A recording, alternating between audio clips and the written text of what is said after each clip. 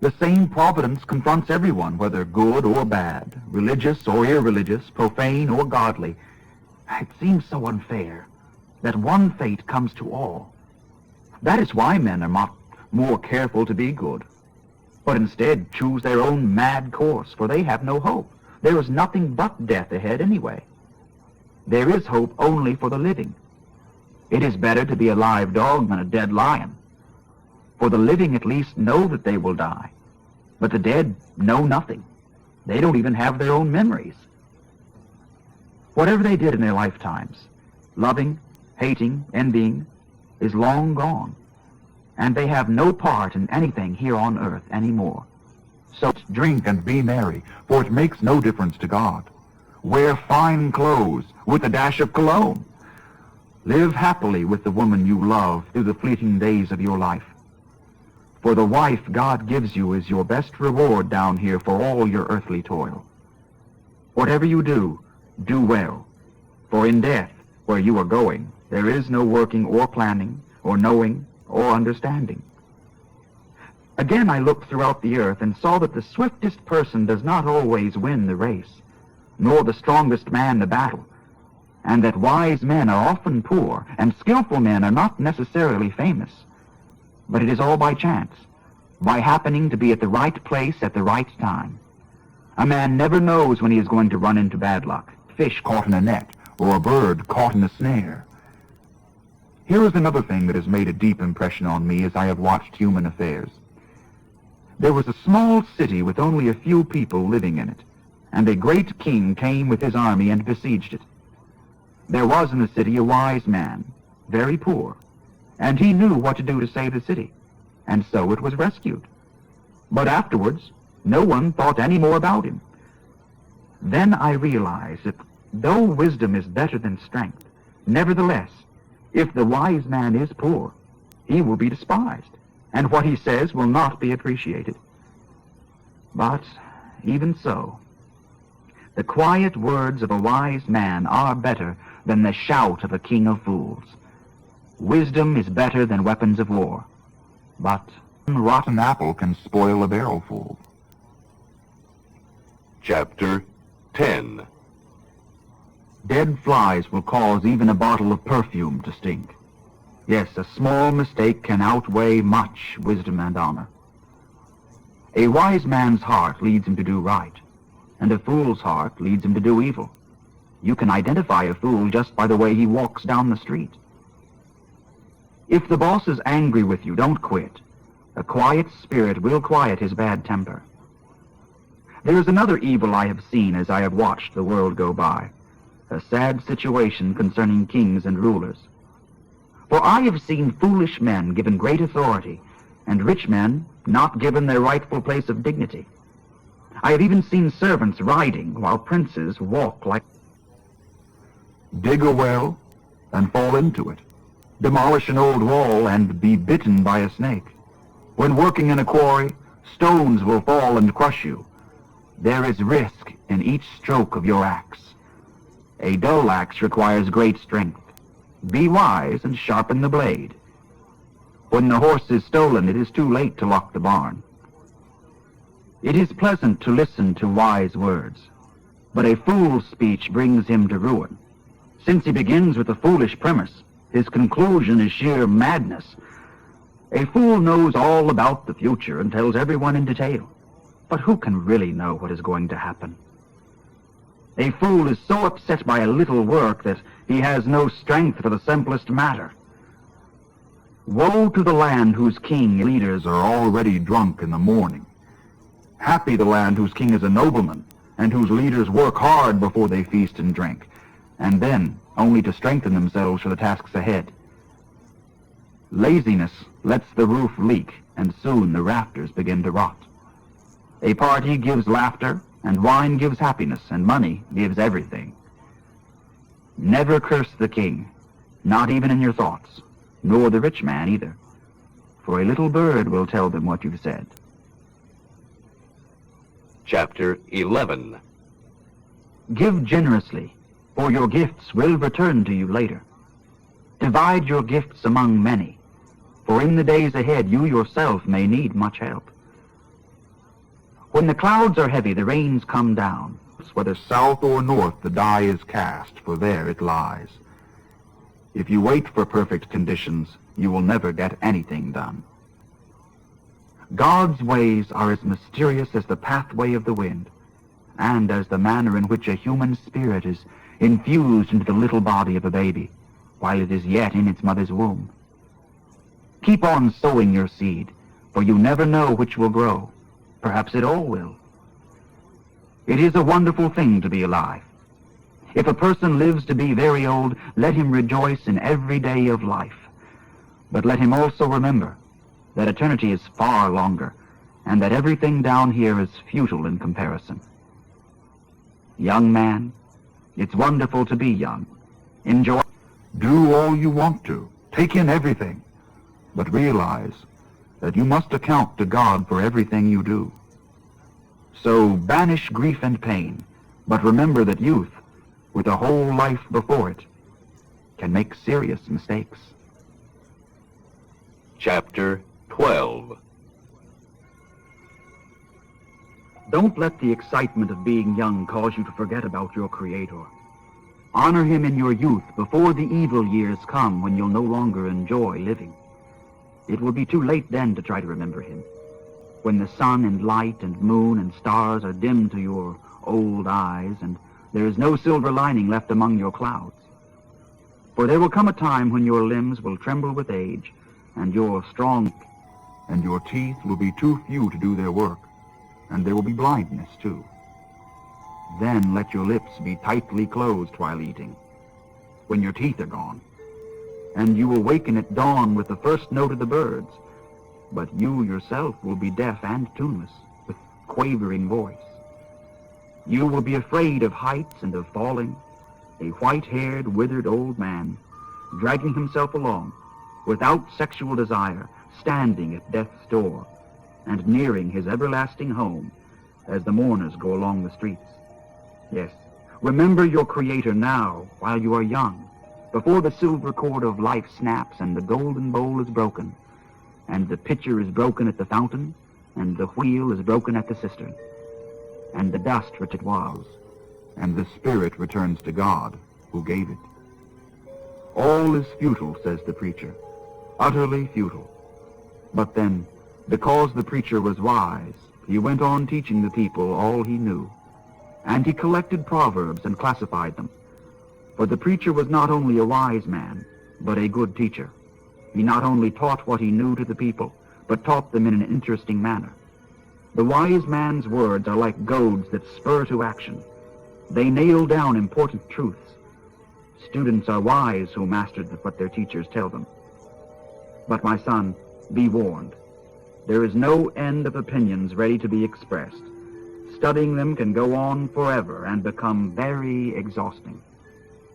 Here is my... Fear God and obey his commandments, for this is the entire duty of man. For God will judge us for everything we do, including every hidden thing, good or bad.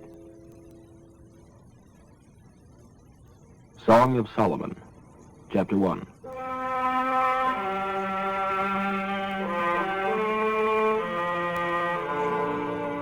This Song of Songs, more wonderful than any other, was composed by King Solomon.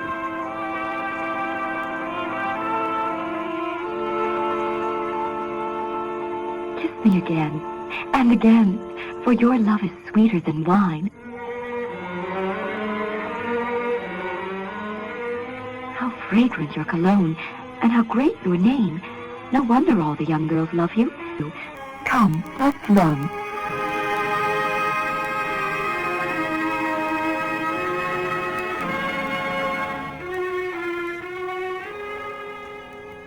The king has brought me into his palace. How happy we will be. Your love is better than wine. No wonder all the young girls love you. I am dark, but beautiful. O girls of Jerusalem, tanned as the dark tents of Kedar. But lovely as the silken tents of Solomon. Don't look down on me, you city girls. Just because my complexion is so dark, the sun has tanned me. My brothers were angry with me. and sent me out into the sun to tend the vineyards. But see what it has done to me. Oh, one I love, where are you leading your flock today? Where will you be at noon? For I will come and join you there, instead of wandering like a vagabond among the flocks of your companions. If you don't know, O most beautiful woman in all the world, follow the trail of my flock to the shepherd's tents, and there feed your sheep and their lambs. What a lovely filly you are, my love. How lovely your cheeks are, with your hair falling down upon them. How stately your neck with that long string of jewels. We shall make you golden earrings and silver beads. The king lies on his bed, enchanted by the fragrance of my perfume. My beloved one is a sachet of me between my breasts. My beloved is a bouquet of flowers in the gardens of Engedi. How beautiful you are, my love. How beautiful. Your eyes are soft as doves. What a lovely, pleasant thing you are, lying here upon the grass, shaded by the cedar trees and firs. Chapter 2. I am the rose of Sharon, the lily of the valley. Yes, a lily among thorns. So is my beloved as compared with any other girl's. My lover is an apple tree, the finest in the orchard, as compared with any of the other youths. I am seated in his much-desired shade, and his fruit is lovely to eat. He brings me to the banquet hall, and everyone can see how much he loves me. Oh, feed me with your love, your raisins and your apples, for I am utterly loved. His left hand is under my head, and with his right hand he embraces me. Oh, girls of Jerusalem, I adjure you by the gazelles and deer in the park, that you do not awaken my lover. Let him sleep. Ah, I hear him, my beloved. Here he comes, leaping upon the mountains and bounding over the hills. My beloved is like a gazelle or young deer. Look, there he is behind the wall, now looking in at the windows. My beloved said to me, "Rise up, my love, my fair one, and come away. For the winter is past, the rain is over and gone. The flowers are springing up, and the time of the singing of birds has come. Yes, spring is here. The leaves and the grapevines are in blossom. How delicious they smell. Arise, my love, my fair one, and come away." My dove is hiding behind some rocks, behind an outcrop of the cliff. Call to me, and let me hear your lovely voice, and see your handsome face. The little foxes are ruining the vineyards. Catch them, for the grapes are all in blossom. My beloved is mine, and I am his. He is feeding among the lilies. Before the dawn comes, and the shadows flee away, come to me, my beloved, and be like a gazelle or a young stag on the mountains of spices.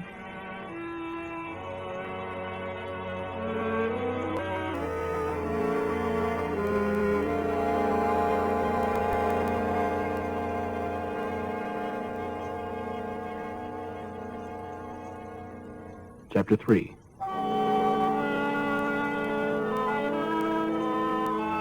One night, my lover was missing from my bed.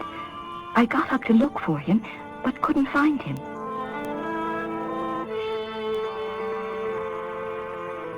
I went out into the streets of the city and the roads to seek him, but I searched in vain. The police stopped me, and I said to them, "Have you seen him anywhere, this one I love so much?" It was only a little while afterwards that I found him and held him and would not let him go into my childhood home, into my mother's old bedroom. I adjure you, O women of Jerusalem, by the gazelles and deer of the park, not to awake my lover. Let him sleep.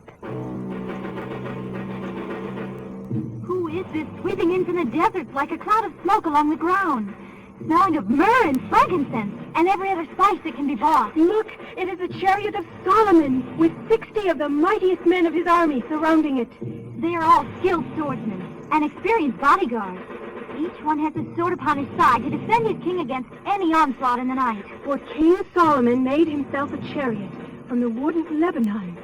Its posts are silver, its canopy gold, the seat is purple, and the back is inlaid with these words, with love from the girl.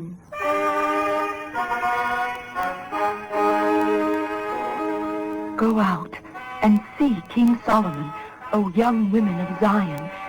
See the crown with which his mother crowned him on his wedding day, his day of gladness.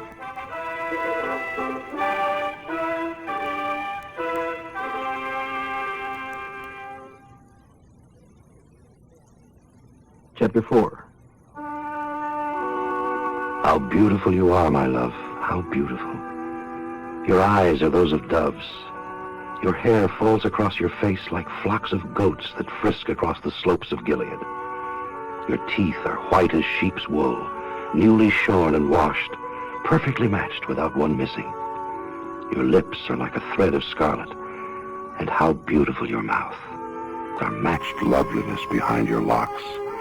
Your neck is stately as the Tower of David, jeweled with 1,000 heroes' shields.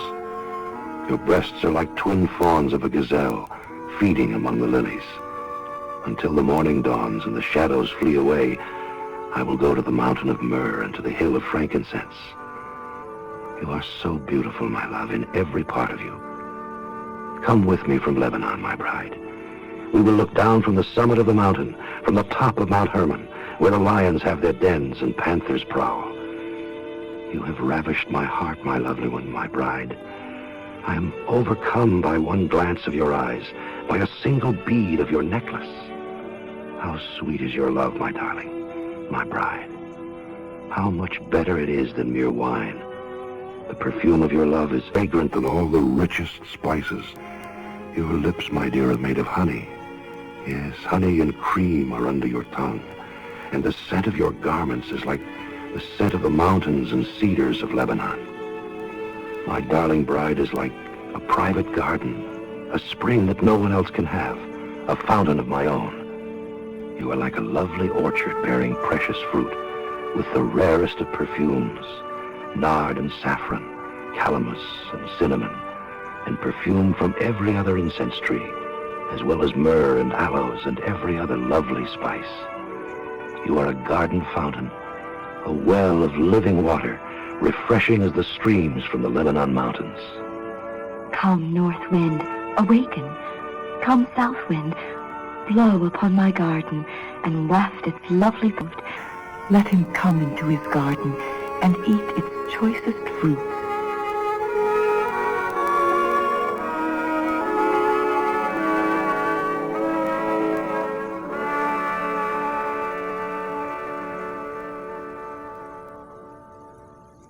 Chapter 5.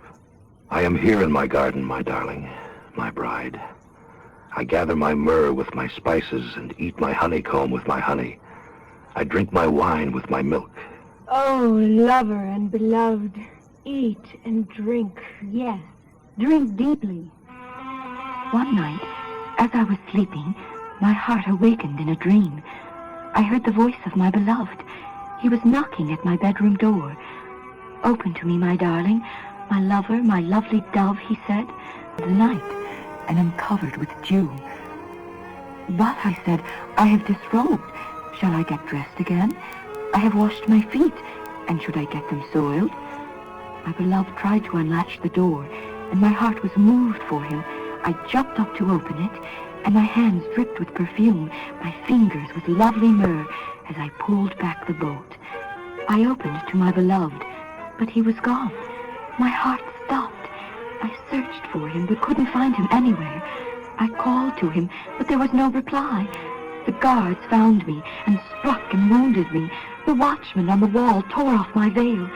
I adjure you, O women of Jerusalem, if you find my beloved one, tell him that I am sick with love. Oh, woman of rare beauty, what is it about your loved one that is better than any other? And thus this. My beloved one is tanned and handsome, better than 10,000 others. His head is purest gold, and he has wavy raven hair. His eyes are like doves beside the water brooks, deep and quiet. His cheeks are like sweetly scented beds of spices. His lips are perfumed lilies, his breath like myrrh. His arms are round bars of gold set with topaz. His body is bright ivory encrusted with jewels. His legs are as pillars of marble, set in sockets of finest gold, like cedars of Lebanon. None can rival him. His mouth is altogether sweet, lovable in every way. Such, O women of Jerusalem, is my beloved.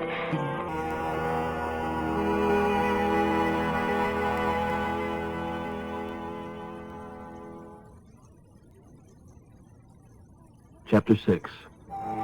Oh, rarest of beautiful women, where has your loved one gone?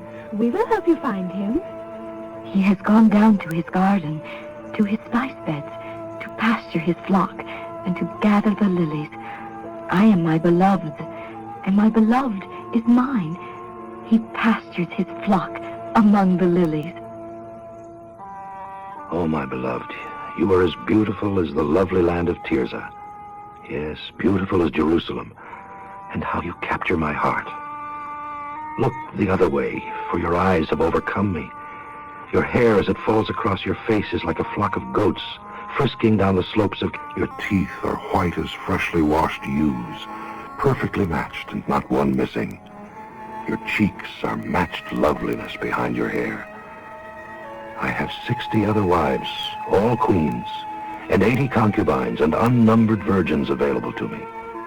But you, my dove, my perfect one, are the only one among them all without an equal. The women of Jerusalem were delighted when they saw you, and even the queens and concubines praise you.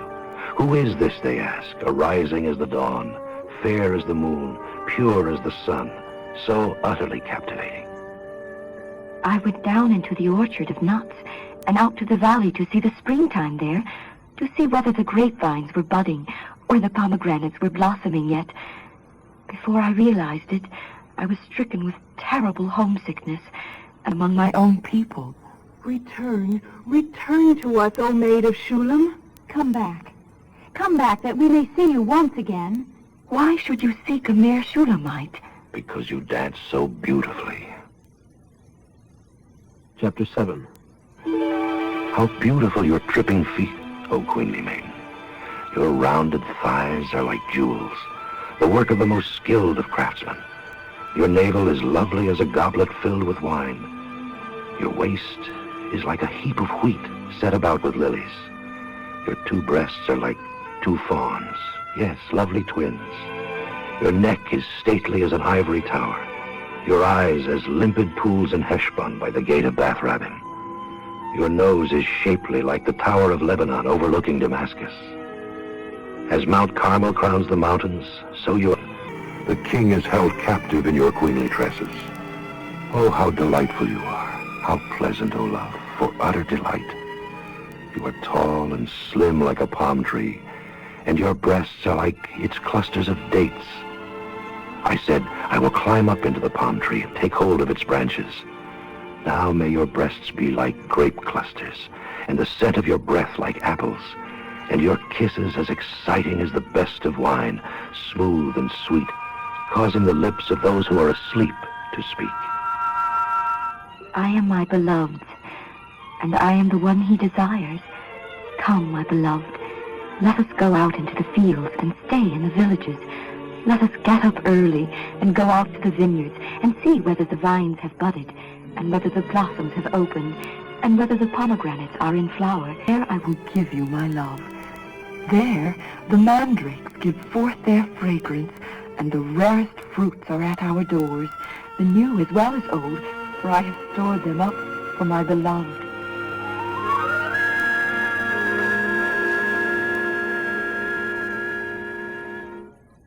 Chapter 8. Oh, if only you were my brother, then I could kiss you no matter who was watching, and no one would laugh at me. I would bring you to my childhood home, and there you would teach me. I would give you spiced wine to drink, sweet pomegranate wine. His left hand would be under my head, and his right hand would embrace me. I adjure you, O women of Jerusalem, not to awaken him until he please. Who is this coming up from the desert? Leaning on her beloved. Under the apple tree where your mother gave birth to you in her... There I awakened your love. Seal me in your heart with permanent betrothal, for love is strong as death, and jealousy is as cruel as shale. It flashes fire, the very flame of Jehovah. Many waters cannot quench the flame of love, neither can the floods drown it. If a man tried to buy it with everything he owned, he couldn't do it. We have a little sister too young for breasts. What shall we do if someone asks to marry her? If she has no breasts, we will build upon her a battlement of silver. And if she is a door, we will enclose her with cedar boards. I am slim, tall, and full-breasted, and I have found favor in my lover's eyes. Solomon had a vineyard at Baal-Haman, which he rented out to some farmers there, the rent being 1,000 pieces of silver. But as for my own vineyard, you, O Solomon, shall have my 1,000 pieces of silver, and I will give 200 pieces to those who care for it. O my beloved, living in the gardens, how wonderful that your companions may listen to your voice. Let me hear it too. Come quickly, my beloved, and be like a gazelle or young deer upon the mountains of spices.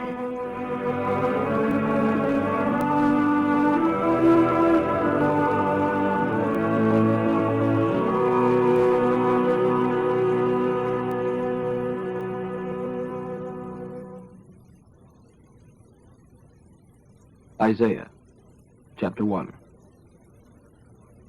These are the messages that came to Isaiah, son of Amoz, in the visions he saw during the reigns of King Uzziah, King Ahaz, and King Hezekiah, all kings of Judah. In these messages, God showed him what was going to happen to Judah and Jerusalem in the days ahead. Listen, O heaven and earth, to what the Lord is saying. The children I raised and cared for so long and tenderly have turned against me. Even the animals, the donkey and the ox, know their owner and appreciate his care for them.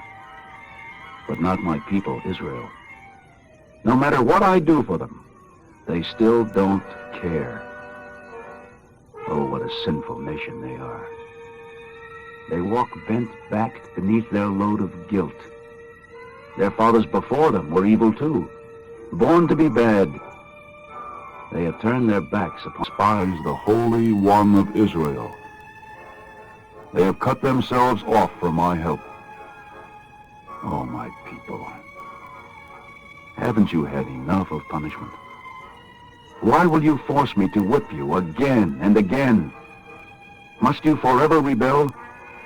From head to foot you are sick and weak and faint, covered with bruises and welts and infected wounds, unanointed and unbound. Your country lies in ruins.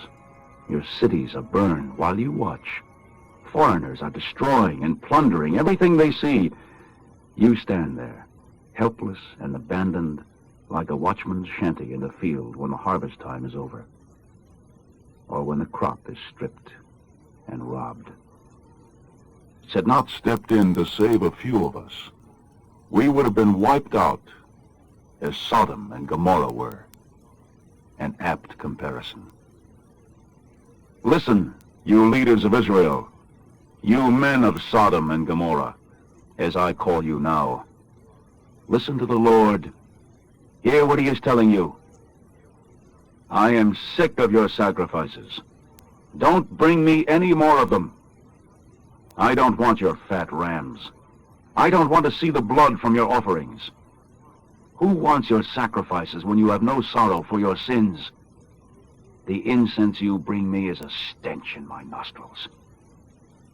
Your holy celebrations of the new moon and the Sabbath, and your special days for fasting, even your most pious meetings, frauds. I want nothing more to do with them. I hate them all. I can't stand the sight of them. From now on, when you pray with your hands stretched out to heaven, I won't look or listen. Even though you make many prayers, I will not hear, for your hands are those of murderers. They are covered with the blood of your innocent victims. Oh, wash yourselves. Be clean. Let me no longer see you doing all these wicked things. Quit your evil ways. Learn to do good, to be fair and to help the poor, the fatherless, and widows. Come, let's talk this over, says the Lord. No matter how deep the stain of your sins, I can take it out and make you as clean as freshly fallen snow. Even if you are stained as red as crimson, I can make you white as wool. If you will only let me help you, if you will only obey, then I will make you rich. But if you keep on turning your backs and refusing to listen to me, you will be killed by your enemies. I, the Lord, have spoken. Jerusalem, once my faithful wife, and now a prostitute, running after other gods, once the city of fair play, a gang of murderers, once like sterling silver, now mixed with worthless alloy, once so pure, but now diluted like watered-down wine. Your leaders are rebels, companions of thieves. All of them take bribes and won't defend the widows and orphans. Therefore the Lord of hosts, the mighty one of Israel, says, I will pour out my anger on you, my enemies. I myself will melt you in a smelting pot and skim off your slag. And afterwards, I will give you good judges and wise counselors like those you used to have. Then your city shall again be called the city of justice, a faithful town. Those who return to the Lord, who are just and good, shall be redeemed. But all sinners shall utterly perish, for they refuse to come to me. Shame will cover you, and you will blush to think of all those times you sacrificed to idols in your groves of sacred oaks. You will perish like a withered tree or a garden without water. The strongest among you will disappear like burning straw. Your evil deeds are the spark that sets the straw on fire, and no one will be able to put it out. Chapter 2. This is another message to Isaiah from the Lord and Jerusalem. In the last days, Jerusalem and the temple of the Lord will become the world's greatest attraction, and people from many lands will flow there to worship the Lord. Come, let us go up the mountain of the Lord, to the temple of the God of Israel. There he will teach us his laws, and we will obey them. For in those days the world will be ruled from Jerusalem. The Lord will settle international disputes. All the nations will convert their weapons of war into implements of peace. Then at last all wars will end, and all military training will end. O Israel, come, let us walk in the light of the Lord and be obedient to his laws. The Lord has rejected you because you welcome foreigners from the east who practice magic and communicate with evil spirits, as the Philistines do. Israel has vast treasures of silver and gold, and great numbers of horses and chariots and idols. The land is full of them. They are man-made, and yet you worship them. Small and great, all bow before them. God will not forgive you. Crawl into the caves and the rocks and hide in terror from his glorious majesty. For the day is coming when your proud looks will be brought low. The Lord alone will be exalted. On that day the Lord of hosts will move against the proud and haughty and bring them to the dust. All the tall cedars of Lebanon and all the mighty oaks of Bashan shall bend low, and all the high mountains and hills and every high tower and wall, and all the proud ocean ships and trim harbor craft, all shall be crushed before the Lord that day. All the glory of mankind will bow low. The pride of men will lie in the dust, and the Lord will be exalted. And all idols will be utterly abolished and destroyed. When the Lord stands up from his throne to shake up the earth, his enemies will crawl with fear into the holes in the rocks and into the caves because of the glory of his majesty. Then at last they will abandon their gold and silver idols to the moles and bats, and crawl into the caverns to hide among the jagged rocks at the tops of the cliffs, to try to get away from the terror of the Lord and the glory of his majesty, when he rises to terrify the earth. Puny man, frail as his breath, don't ever put your trust in it. Chapter 3. The Lord of hosts will cut off Jerusalem's and Judah's food and water supplies and kill her leaders. He will destroy her armies, judges, prophets, elders, army officers, businessmen, lawyers, magicians, and politicians. Israel's kings will be like babies, ruling childishly, and the worst sort of anarchy will prevail.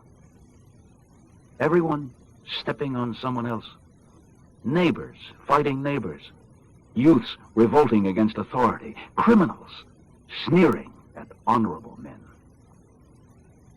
In those days, a man will say to his brother, "You have some extra clothing, so you be our king and take care of this mess."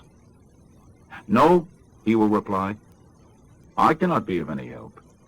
I have no extra food or clothes. Don't get me involved."